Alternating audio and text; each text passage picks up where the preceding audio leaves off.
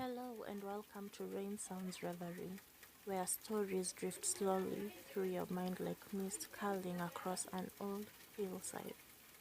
A quiet tale of grief, memory, and finding peace in the last place you'd expect. So, make a warm drink, turn the lights low, and let the rain carry you there. If this is your first time here, thank you for joining us. Please like and subscribe if you find comfort in these quiet moments. Chapter 1: The Arrival. The train pulled into the old village station with a sigh, its wheels grinding quietly against rusted tracks, just as they had decades ago. Eleanor stepped off with a single leather bag in hand and a letter she hadn't opened. The sky was grey, the kind of grey that felt like it had been there for centuries. Rain was falling, steady and soft, like a song with no beginning and no end. She hadn't returned in 20 years, not since her mother died, not since her sister stopped calling, not since she left behind the one house that had held her entire childhood. It stood still, just beyond the wild fields, weathered, quiet, watching.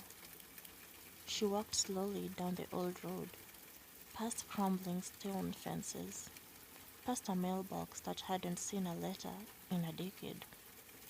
And there it was. The house beneath the rain. Chapter 2: The House Remembers. The gate squeaked just like she remembered.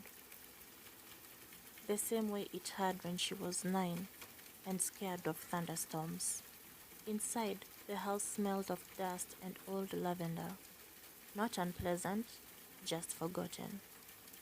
She passed through the hallway, pictures still hung in crooked frames. The one of her mother in a yellow dress, the one her sister hated. The stairs creaked under her weight. The walls seemed to whisper, "You've come back too late." Her room was exactly the same. Pale green wallpaper peeling gently in one corner, a headboard carved with initials no one remembered anymore. The corner of a rug where she once hid her secrets. She sat down, and for the first time in years, she listened, not to the wind, not to the rain, but to everything the house had been holding for her. Chapter 3: Letters and Ghosts. That night, she lit a candle and opened the letter. It was from her sister. "I know you never meant to leave me behind," it said, "but I think we both needed to go missing for a while." There was no anger in those words, just time, and wait, and distance that now wanted closing. She spoke of the attic, a box filled with journals written in their mother's hand. The next morning, Eleanor found them beneath an old quilt, dusty, tied with faded ribbon. She opened the first one, and her breath caught. The handwriting was unmistakable, looping, soft, like rain falling on parchment. Her mother had written everything: pain, love, a quiet sorrow Eleanor had never been allowed to see. Chapter 4: A Window into Her Mother. By the third journal, she was weeping. Not loudly, not bitterly, just the kind of weeping that happens when something unspoken is finally named. She walked outside. The rain was lighter now. Mist hung around her ankles.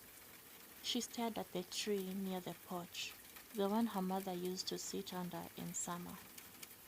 She could almost see her there, humming that lullaby, the one that never had words. A song made only of breath and memory.